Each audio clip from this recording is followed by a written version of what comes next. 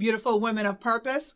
If you have been following along this month in my previous videos, you know that we're not doing the typical New Year, New You thing, right?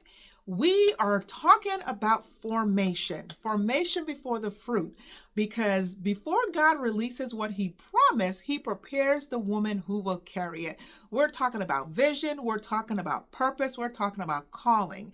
So if you're just joining us here, I want you to know that you're not here for motivation. You're here because you know that you are called and you want to walk out the vision that God has placed in you with wisdom, obedience, and a foundation that can sustain it, right? Right. Hi, my name is Teresa V. Smithen-Quintana, and welcome to my channel, a space created to equip, encourage, and walk with Christian women who carry vision and responsibility in this generation. If you're new here, I'm really glad that you're here. Subscribe so you don't miss what we're building here together.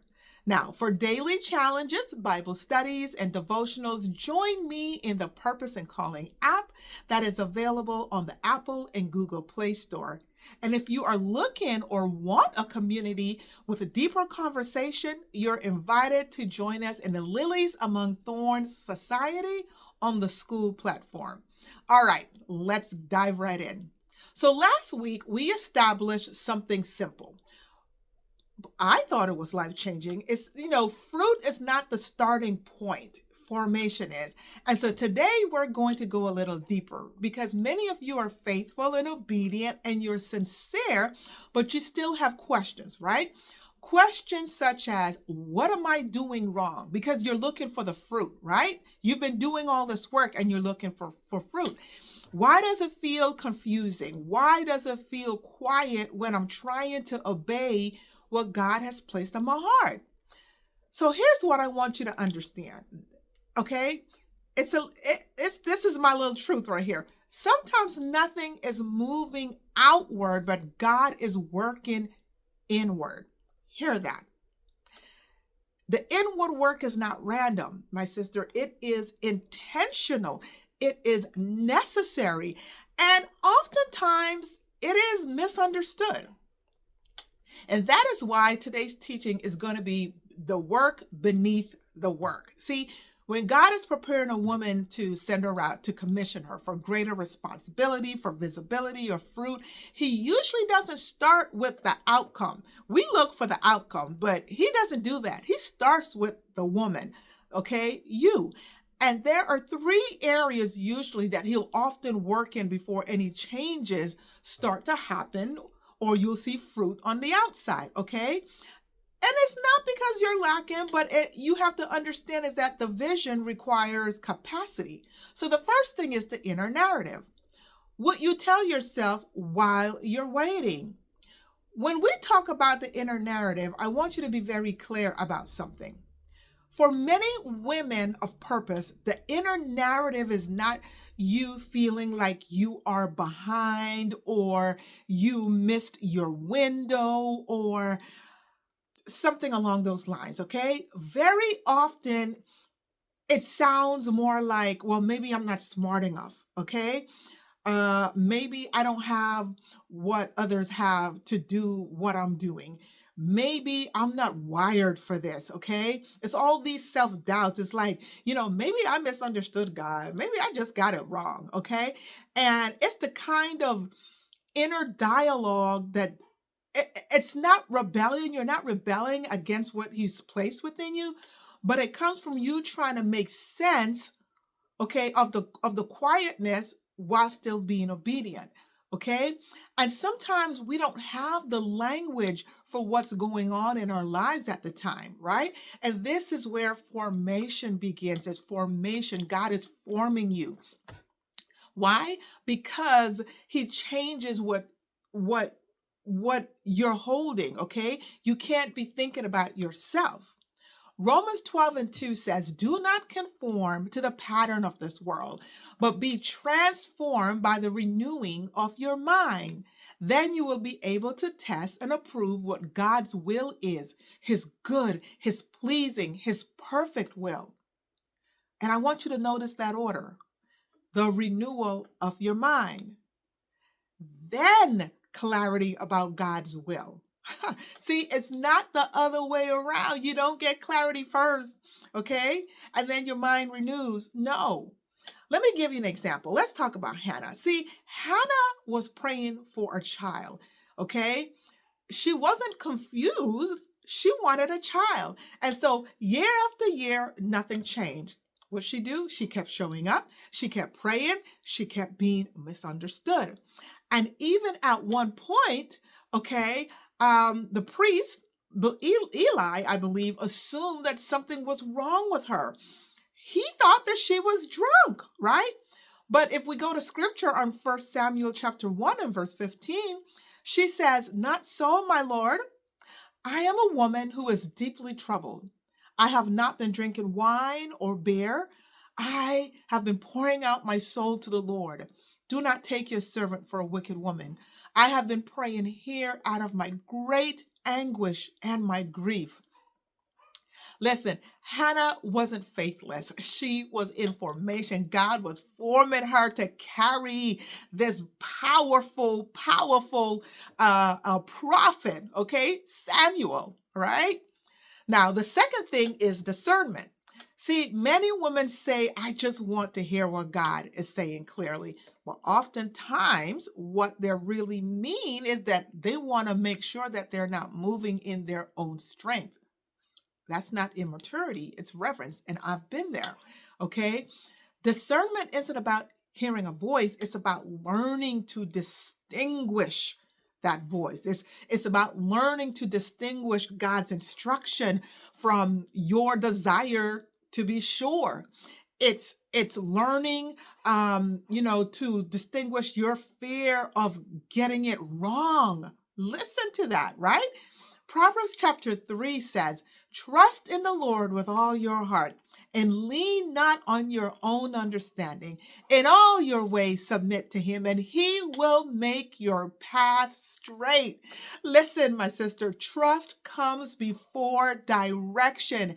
Sometimes God is speaking, but the noise of self-doubt, of fear, of pressure makes the voice harder for us to recognize.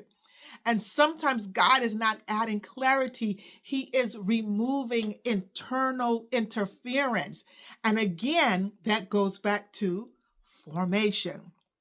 The third thing is emotional maturity under pressure.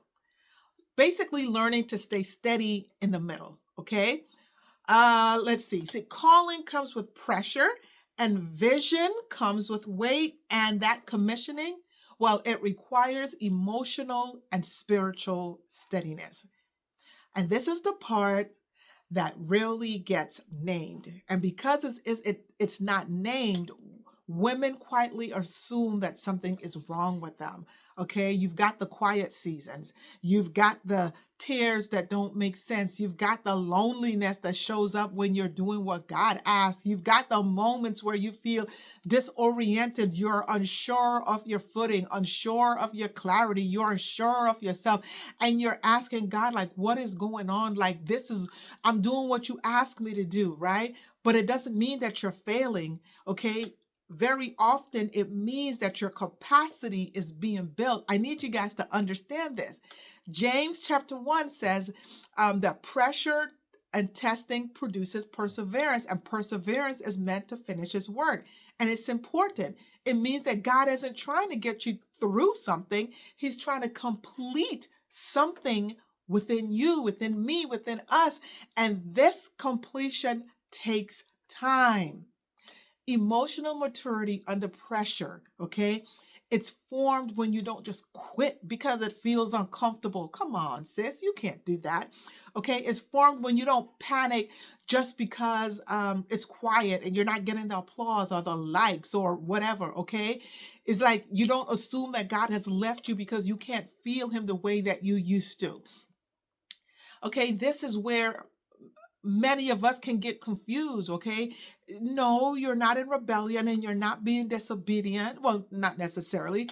And you're not lacking, okay? You're encountering the weight of the calling, and that weight is revealing what needs strengthening.